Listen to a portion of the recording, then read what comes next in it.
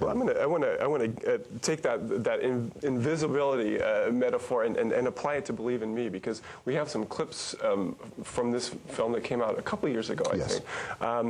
And tell me a little bit about the inspiration for this, and then we'll take a look at the first clip. It's based on a novel, and the novel was written by a Peabody Award winner, who's a very interesting guy. He'd been the sports information director at Oklahoma University for 40 years, but he wrote young people's books.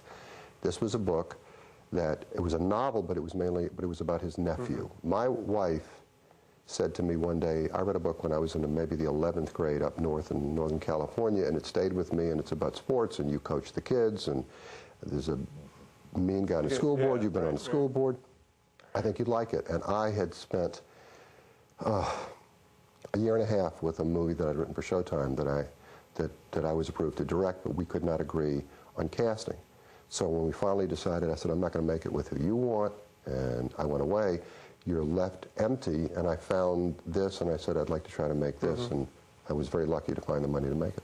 Let's take a look at the first clip. This is the first game of the girls' basketball season. Now, the premise is that a guy is hired, he thinks to coach the men's team. He gets there, he's told, in fact, you have to coach the girls' team.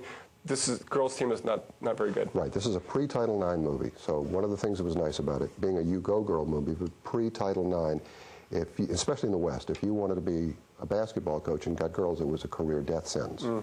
And it's based upon, like I say, a guy who's now in the Hall of Fame in Oklahoma, a real guy's guy. Little did he know when he got this death sentence, because he discovered the predicament that girls got no money in public schools. Nobody cared about them at all.